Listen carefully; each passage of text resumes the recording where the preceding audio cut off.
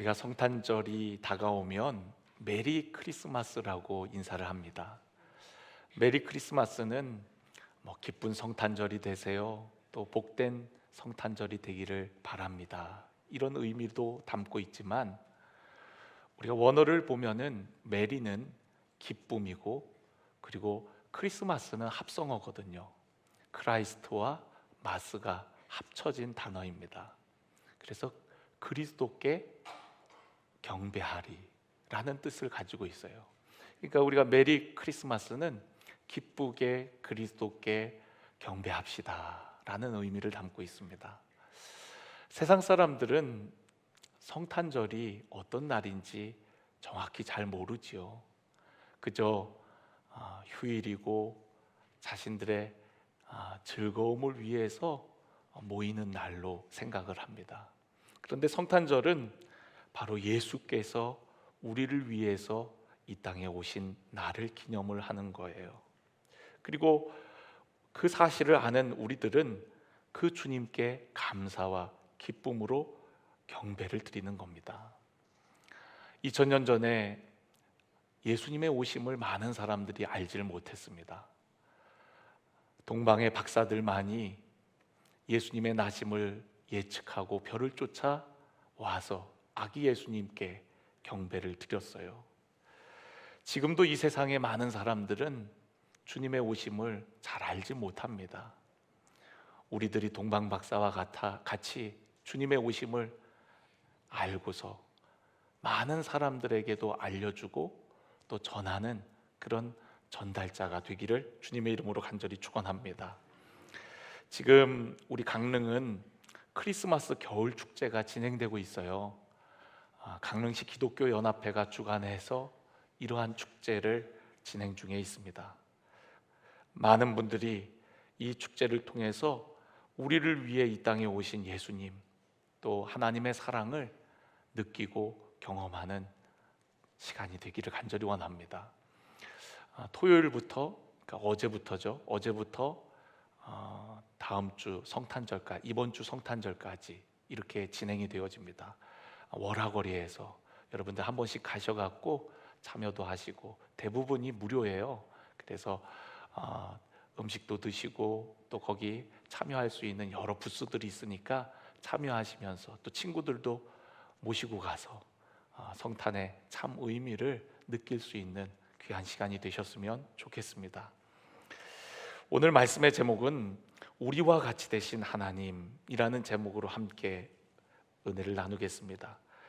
많은 사람이 기독교 최고의 기적을 주님께서 다시 살아나신 부활이라고 생각을 합니다. 물론 부활도 위대합니다. 하지만 성경을 자세히 살펴보면 죽은 자가 살아난 일은 예수님 이전의 구약시대 때에도 있었던 것을 알 수가 있어요. 정작 인류 역사상 가장 불가능하고 경이로운 기적은 따로 있습니다. 그것은 바로 성육신이에요. 하나님이 인간의 몸을 입고 이 땅에 오신 것입니다. 그냥 오신 것도 아니고 아기의 모습으로 오셨고 가장 낮은 곳으로 임하셨다라는 거예요. 우리가 로마 신화나 그리스 신화를 보면은 신이 인간의 몸을 입고 온 그런 이야기들을 우리는 접할 수가 있습니다. 그런데 그런 신들은 다 자기들의 이익을 위해서 어떤 행동들을 하고 자기들의 위엄을 내세웠는데, 우리를 위해 오신 예수님은 지극히 낮은 곳으로 임하셨을 뿐만 아니라 참 평화를 위해서 또 우리를 위해서 이 땅에 오셨다라는 거예요. 온 우주의 창조자이시고 하나님의 아들이신 분이 너무나도 평범한 가정, 나사렛 땅에 요셉의 가정에 지극히 연약한 아기의 모습으로 임하셨던 것입니다. 우리가 성경의 가장 주요 구절로 뽑는 말씀이 있죠. 요한복음 3장 16절을 보면 하나님이 세상을 이처럼 사랑하사 독생자를 우리에게 주셨다라고 말씀했습니다. 하나님의 사랑이 하나님의 아들이신 하나님과 같으신 그분을 이 땅에 보내셨고, 우리와 같은 인간의 모습으로 이 땅에 오셨다라는 거예요. 여러분, 이게 얼마나 놀라운 일입니까? 어떻게 창조주가 이 땅에 오신단 말입니까? 그것도 우리와 같이 되신단 말입니까? 제가 한번 예를 들어 볼게요. 여러분들 혹시 집에서 애완견을 키우시는 분들이 계실 거예요. 애완견 너무 예쁘죠? 귀엽죠? 그래서 애완견 위에서 우리가 좋은 사료도 먹이고 또 옷도 사서 입히고 심지어 아프면 보험도 안 되는데 몇십만 원, 몇백만 원 들여갖고 수술해서 고쳐주기도 합니다. 여러분, 그렇게 사랑하는 애완견, 그러나 여러분, 그 애완견을 사랑한다고 해서 여러분 강아지가 되고 싶은 분들 계신가요? 애완견을 너무 사랑한 나머지 내가 애완견과 함께 거하기 위해서, 함께 그 강아지 집에 거하기 위해서 내가 강아지가 되고 싶다 하는 분 계신가요? 아무도 없을 거예요. 여러분, 하나님이신 그분이 인간의 몸을 입고 오신 사건은 우리가 강아지가 되는 것보다도 훨씬 그 간격이 큰 겁니다. 그분은 창조주예요. 우리는 피조물입니다. 그런데 우리 피조물과 같이 되셨다라는 거예요. 우리가 강아지가 되는 것보다도 훨씬 그 간격은 측량할 수가 없는 거예요. 예수님의 성육신 사건이야말로 너무나도 경이로운 기적인 것이죠. 유대인들은 하나님께서 우리를 위해 메시아를 보내실 것이라고만 기대를 했어요. 선지자 혹은 위대한 지도자와 같은 모습으로 누군가를 보내어 주실 것이라고 생각을 했습니다. 그런데 우리를 위해 오신 메시아는 어떤 사람이 아니었습니다. 하나님 자신이 이 땅에 오신 것이었어요. 우리 성탄의 사건을 요한복음은 조금 다르게 기록하고 있는데요, 요한복음 1장 1절에 보면 태초에 말씀이 계시니라, 이 말씀이 하나님과 함께 계셨으니 이 말씀은 곧 하나님이시니라 라고 말씀합니다. 태초에 말씀이 계셨고 이 말씀은 곧 하나님이시라고 말씀하고 있거든요. 요한복음 1장 14절에 말씀이 육신이 되어 우리 가운데 거하심에 아버지의 독생자의 영광이요 은혜와 진리가 충만하더라 라고 증언하고 있습니다. 여러분, 말씀이신 하나님이 우리와 같은 모습으로 육신을 입고 이 땅에 오셨다는 거예요. 그리고 우리와 함께 거하셨다는 겁니다. 그 모습을 본 사람들은 아버지의 독생자의 영광이요 은혜와 진리가 충만한 모습이었다라고 증언하고 있는 겁니다. 여러분, 과거에 그 누가 하나님의 모습을 본 자가 있단 말입니까? 모세도 하나님의 모습을 보기를 간곡히 원하였지만 하나님의 모습을 직접 보진 못했어요. 하나님의 뒷모습 정도만 보았습니다. 하나님의 뒷모습을 보았던 모세의 얼굴은 광채가 났었어요.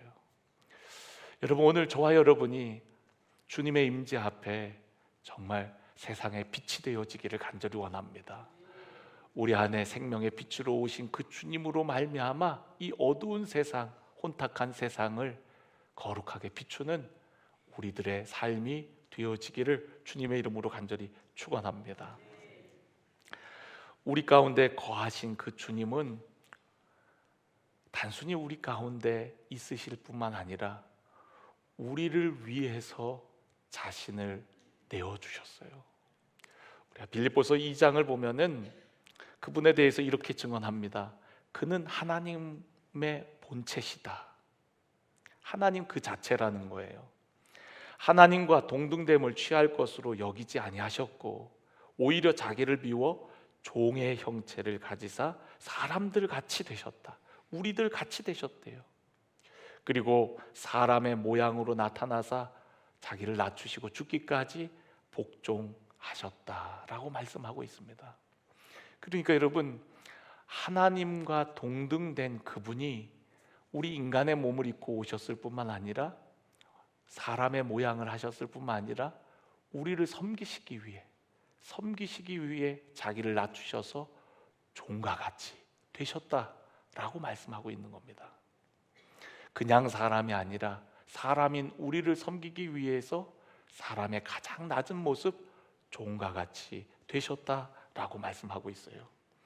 여러분, 이 말씀이 우리에게 얼마나 큰 소망이 됩니까? 우리가 섬기는 하나님, 그분이 어떤 분이라는 것을 우리에게 말씀하고 있는 거 아니에요? 하나님은 우리를 사랑하셔서 당신의 귀한 아들 예수 그리스도를 우리에게 보내어 주셨을 뿐만 아니라, 하나님이 우리를 찾아오셨을 뿐만 아니라 우리와 함께 하시기 위해서 우리와 같은 모습이 되셨고, 또한 우리를 섬기시고 우리를 위해서 죽기까지 하셨다니, 여러분, 그런 하나님이 어디 있단 말입니까? 저와 여러분이 믿는 주님이 바로 그런 주님이라는 것에 여러분 기뻐하시고 감사하시고 소망 가운데 나아가시기를 주님의 이름으로 간절히 축원합니다. 주님이 이 땅에 오셔서 우리를 위하여 죽으신 것은 바로 우리를 당신의 나라로, 아버지의 나라로 이끌어 가시기 위함이에요. 그러니까 이 땅에서만 함께하기 위함이 아니라 영원토록 우리와 함께하기 위해서 인간의 몸을 입고 이 땅에 오신 것입니다. 오늘 우리가 읽은 본문 말씀은 예수님의 탄생 이야기를 전해주고 있어요.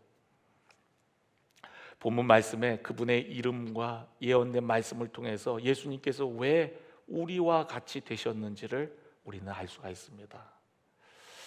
오늘 우리가 읽은 말씀 18절을 보면 예수 그리스도의 나심은 이러하니라 라면서 시작합니다. 그의 어머니 마리아가 요셉과 약혼하고 동거하기 전에 성령으로 잉태된 것이 나타났다라고 말씀하고 있어요. 여러분, 마리아는 한 번도 남자를 가까이 한 적이 없습니다. 요셉과 정혼한 상태였습니다. 순결한 상태였습니다.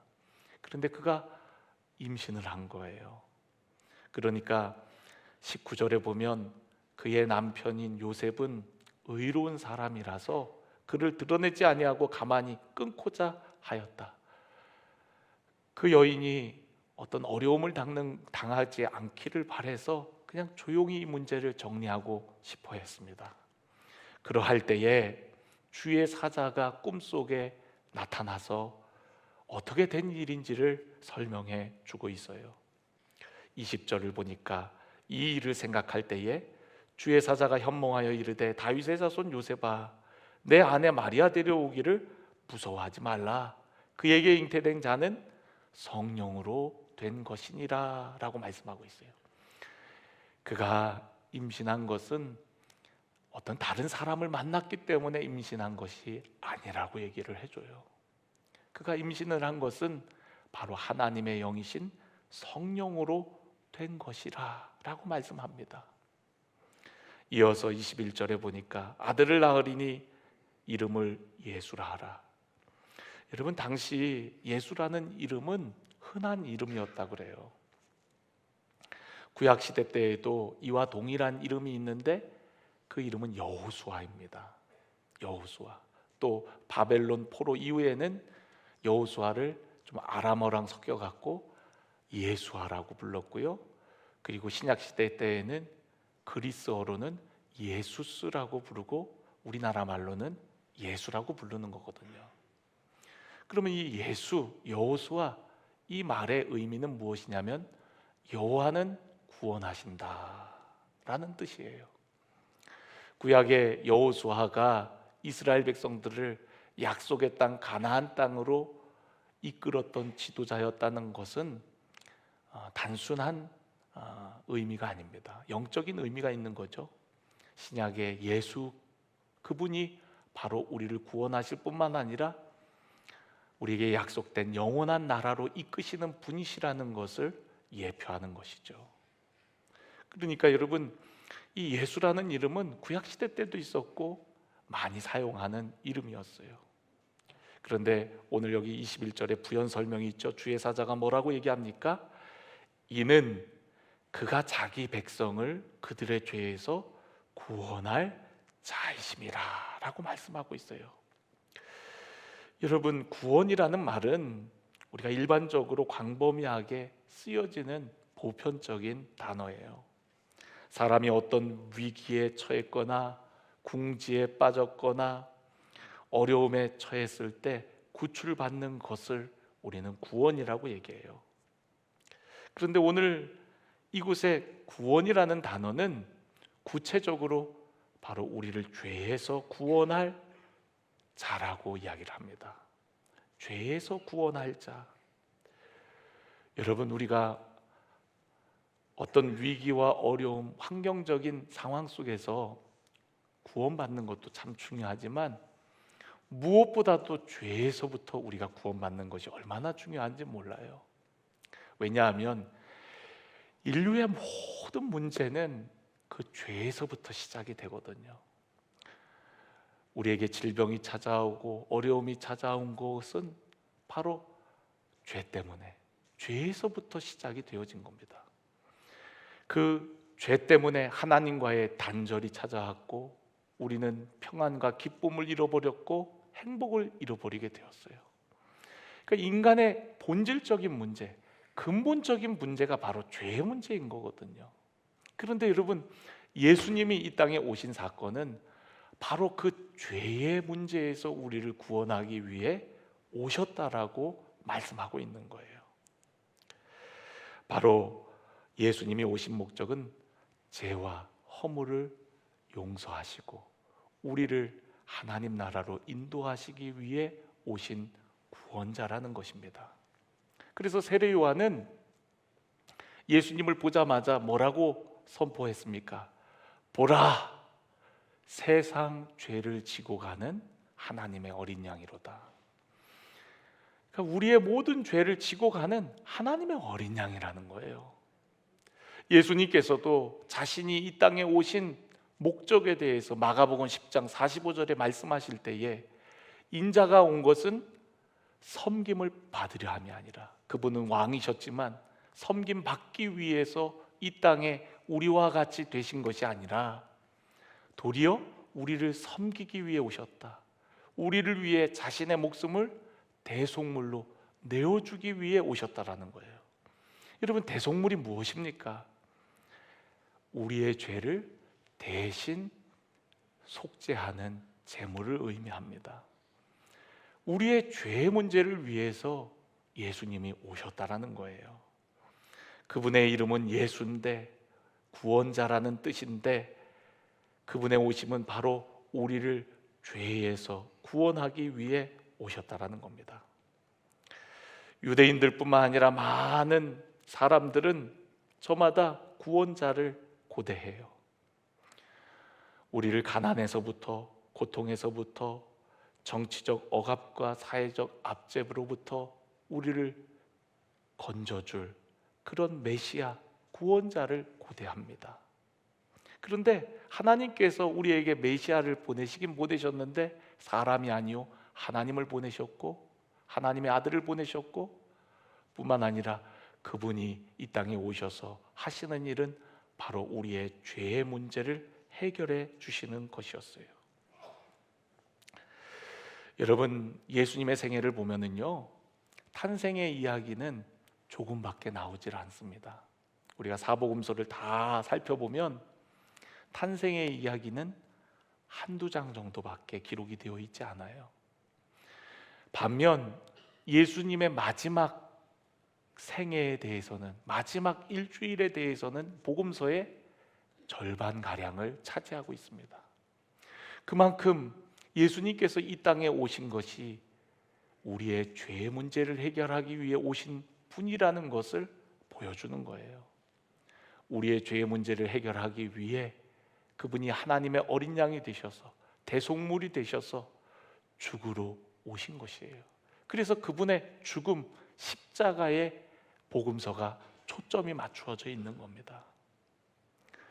여러분, 오늘 저와 여러분이 우리의 구원자, 우리의 인간의 근본적인 죄와 죽음의 문제를 해결하신 구원자 예수 그리스도, 그분께 감사하고 기쁨으로 경배하는 우리 모두의 삶이 되어지기를 간절히 원합니다. 먼저는 이 죄의 문제가 해결돼야 돼요. 그래야만이 범사가 잘 되는 겁니다. 이 죄의 문제에서부터 우리 인류의 모든 문제가 찾아왔다는 것을 여러분 기억하면서 우리의 인간의 근본적인 문제, 본질적인 문제를 해결하기 위해, 우리를 구원하기 위해 우리와 같이 인간의 모습을 하시고 이 땅에 오셨다는 사실, 그분이 바로 하나님의 아들이시요 우리의 구원자라는 사실을 여러분 잊지 마시기를 주님의 이름으로 간절히 축원합니다.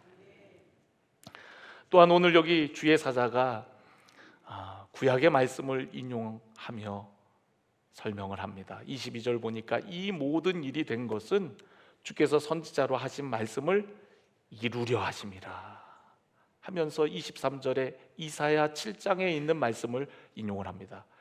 보라, 처녀가 잉태하여 아들을 낳을 것이요 그의 이름을 임마누엘이라 하리라 라고 말씀합니다. 여러분, 주의 사자가 이사야의 예언을 인용하면서 이 말씀이 이루게 하려 함이라고 설명해 줍니다. 여러분, 이 말씀 배경을 우리가 좀 알아야 돼요. 이사야 7장을 읽어보면 어떤 상황이냐면요, 북이스라엘과 아람 나라가 동맹을 맺어갖고 남유다를 침공해 옵니다. 그런데 그 기세가 얼마나 무서웠는지 남유다의 상황을 어떻게 표현을 하냐면 마치 숲이 바람에 흔들리는 것과 같다라는 표현을 씁니다. 그러니까 우리가 사자성어로 얘기하면 풍전등화, 또 혹은 너무 두려워갖고 사시나무 떨듯이 남유다 백성들이 그렇게 두려워했다라는 거예요. 그런데 사실은 놀라운 것은 하나님께서 그런 상황 가운데 이사야에게 말씀을 주시는데 보여지는 상황과는 완전 반대되는 말씀을 주신 거예요. 뭐라고 말씀하시냐면 그들은 연기 나는 두 부직갱이 구루터기에 불과하니 두려워하지 말고 낙심하지 말라, 이렇게 얘기를 합니다. 그 북이스라엘과 아람 나라는 마치 연기 나는 두 부직갱이 구루터기와 같다. 그러니까 두려워하지 말고 낙심하지 말라고 그렇게 격려해 주시는 거예요.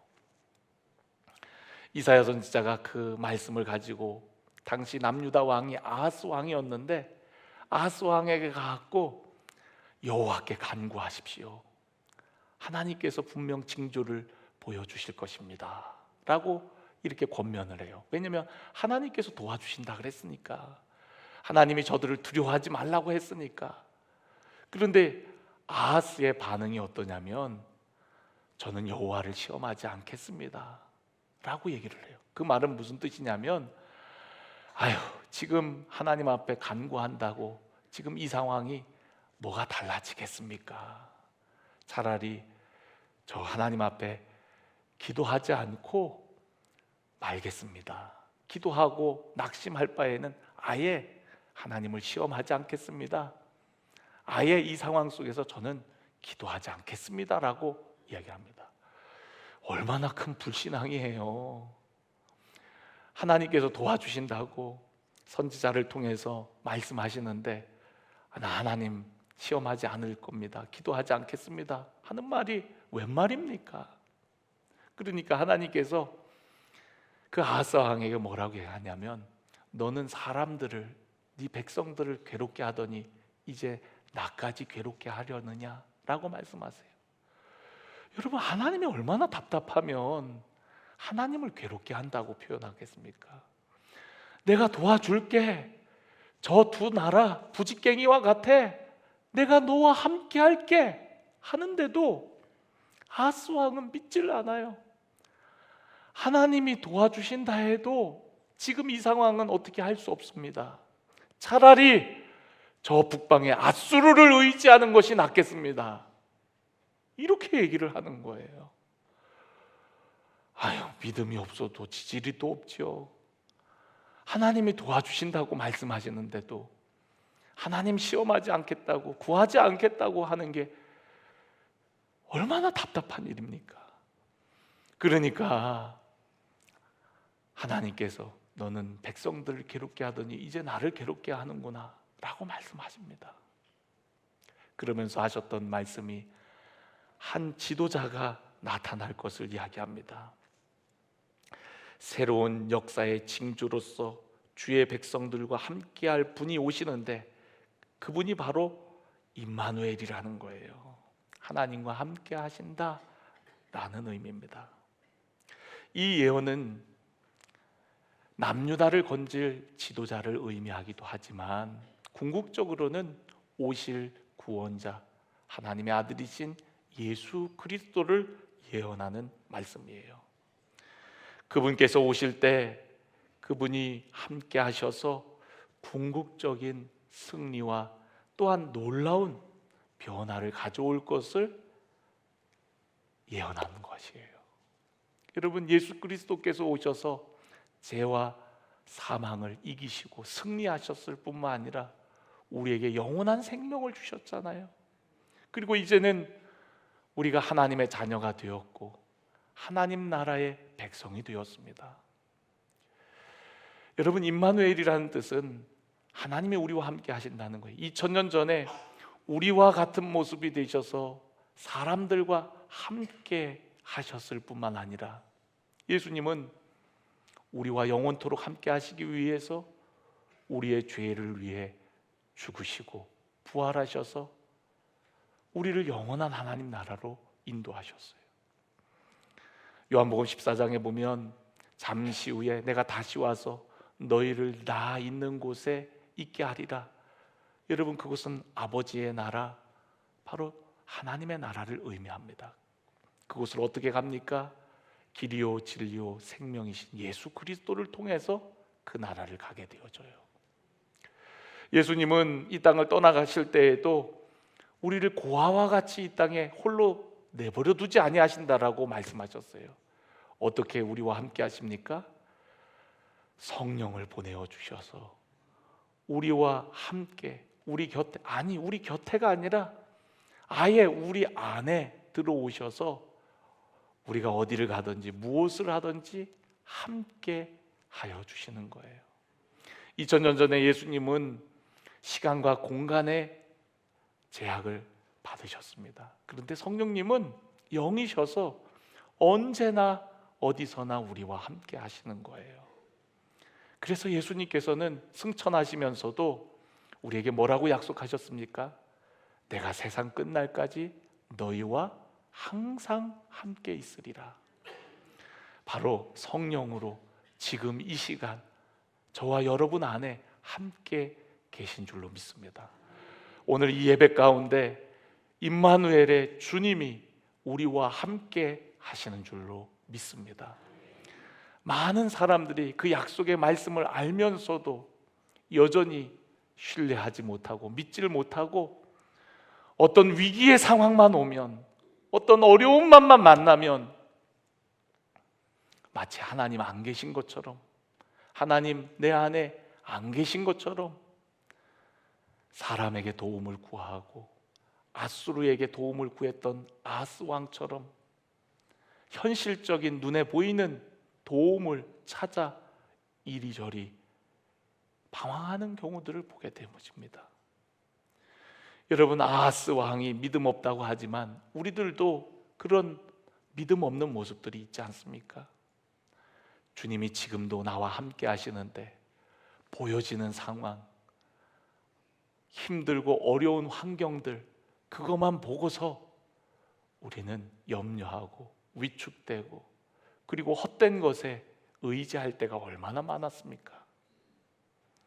내가 너와 함께 할게 하신 그 주님이 지금 나와 성령으로 함께 하심에도 불구하고 그 성령님을 존중하지 않고 인정하지 않고 그 성령님께 의지하지 않고 우리가 살아갔던 적이 얼마나 많습니까?